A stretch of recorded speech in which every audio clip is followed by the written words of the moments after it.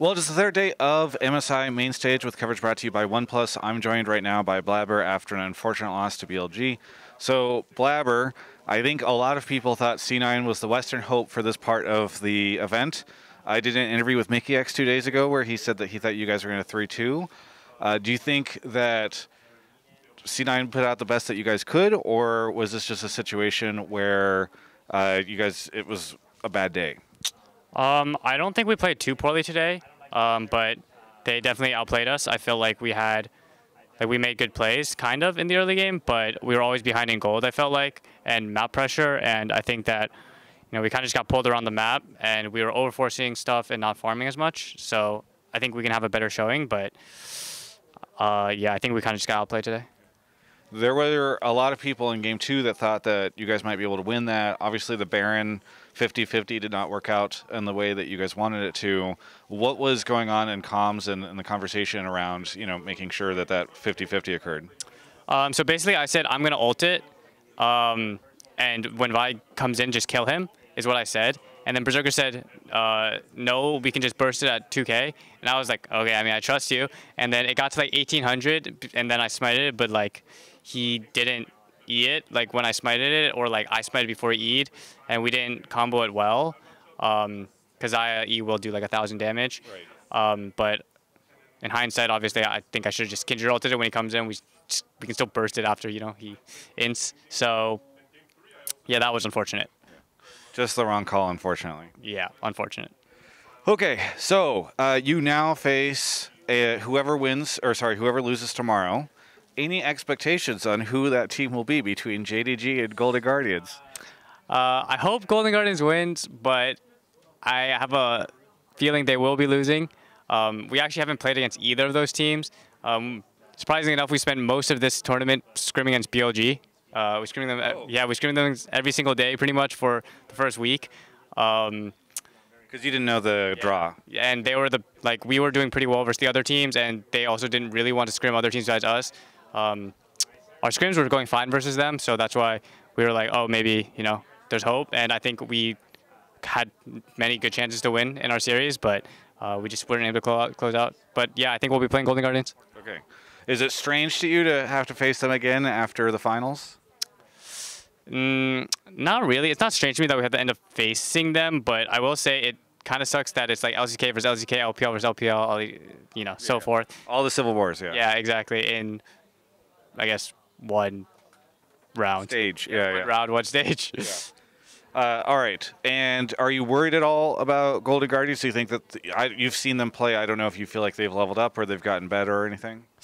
I think Golden Guardians are not bad, obviously, but they're definitely the weakest team, I would say, by a lot of the remaining 8 teams. So I'm pretty confident that we'll be able to beat them. Okay. Now, what do you think of the event and the format so far? I've been talking to a lot of people as they head down into the losers bracket, and they're all very excited about double elimination being added to the tournament. But obviously, there's no best of ones. You're playing against less teams. So what's been the experience compared to previous MSIs you've been a part of? Yeah, so for me, it's definitely different because I've never really had to scrim a whole month, basically, a little bit less than a month, right? And then we don't play any best of ones. We immediately go into a best of 5. Like before today, I was like, wow, I haven't played on stage in forever. So immediately going from no games to a best of 5 definitely feels different. Different in a good way, or let's put it this way: if right now you could press a button and you could have the old MSI format versus this, which one do you prefer? It's going to be hard for me to say because I think the loser bracket is definitely better for, the Western teams because we'll probably be utilizing that one more often. But it was also nice, the last MSI I played, we played 10 games where I was able to play against every region. Felt like you were able to learn, and that was, I guess, more games that I got to play versus everyone, whereas this bracket, I'm also not going to be playing against all the LCK and LPL teams. So, if I win all of my games, maybe I will. But yeah, I think those are the biggest difference. I personally don't actually have a preference. I think that having losers bracket is actually nice, and I think Worlds is going to have a combo of groups and losers bracket, I believe. So I think that would be yeah, pretty good. Best situation. Yeah. So you obviously you said you scrimmed a majority against BLG, but I assume you've been getting to scrim against other teams now that you know, or now since you knew what the lineup was going to be. What has that experience been like? Do you think you're learning a lot? It sounds like you were saying that you guys have been kind of stomping on some of these other teams. Since like we started scrimming more against the group stage teams, I wouldn't say we've been stomping anyone. I think we've been having like a winning record versus the non-Asian teams. Okay. But yeah, BLG I felt like were our closest. We haven't been able to scrim Genji and JDG, but yeah, I didn't learn that much from my T1 scrims. They were over pretty fast. So. Okay. I see. Okay. And because you guys stomped them so hard, right? Exactly. Yeah. Okay. Very good. No. It sounds like the gap might be bigger than it's ever been before between the Western and the Eastern teams at this event. No, the gap is it's closing. Oh, it's closing. Okay. It's closing. Yeah. No, but legitimately, do you think? Because in the past there has been times where it's felt much closer, but I think as this tournament's shaking out, it just. I mean, we keep seeing 3-0 or 2-0, 2-0, 3-0, 3-0. I mean, Golden Guardians obviously took a game, but is it just a situation where you feel like there's a huge skill difference between these two sets of regions? I definitely think there's a skill difference for sure, but I think that if like the gap, people are thinking like the gap is like widening, for example.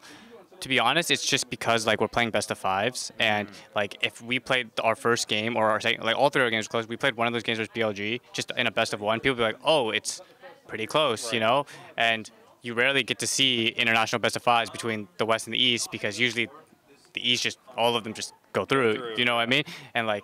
Worlds last year, Rogue were the only one. They get 3-0'd, right? And it's like we went through in 2021, we got 3-0'd. Like, I don't actually think it's getting bigger or smaller, but it's like it's hard to tell because I feel like, yeah, I just feel like they're better than us at every international tournament that I've been to in the last 4 years. Yes. So, yeah, it's hard for me to tell. Yeah. All right. Well, stepping away from the games today, any fun stories or moments you guys have had with other players at the hotel? Or I talked to Niski yesterday. He said he got to chat with some of you guys. Yeah. I don't know if there's been any interesting experiences. I haven't really done much because we've actually been scrimming a lot. Like we've been doing like night blocks and like morning blocks. I saw Niski. Yeah, I did see Niski a couple of days, and I've talked to him a bit. But otherwise, we actually haven't done much besides play League. I mean, okay, I get that because it's not like you guys go out and do a bunch of stuff, but I just mean, I always, whenever I'm at the player hotel, I always feel like it's almost like high school or college dorms where like you guys are all bumping into each other and interacting with each other. So I don't know if there's been any like, I don't know, people giving each other wedgies or, you know, random things like that. Sometimes people have fun conversations over breakfast or something. No, nothing happened. I think, yeah, honestly, nothing's happened. I think we were supposed to be on the same floor as like the other Western teams, but we ended up on a different floor, I think, by accident. Okay. So yeah, now our room is next to Genji's, and I can't understand what they're saying, so can't talk to them. Well, makes sense. All right, anything you want to say to any of the fans out there? Yeah, thanks for supporting us. Hopefully, we can win our next match against Golden Guardians or JDG, and then you know get to play the other side against either Genji or T1 and be able to have a better showing versus them. Very good. Thank you so much for the interview. Best of luck. For everyone else, you can check out the rest of my coverage of all things MSI right here on my YouTube channel. You know, there's been a lot of discussion online lately about the food in London.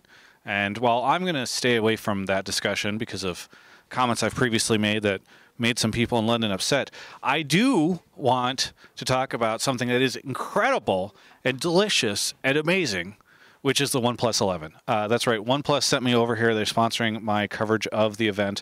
Really appreciate them. This is the OnePlus 11. We've got an extra one we're going to be doing a giveaway on, so you can go take a look on my socials for that. But thank you so much to OnePlus for sending me out here.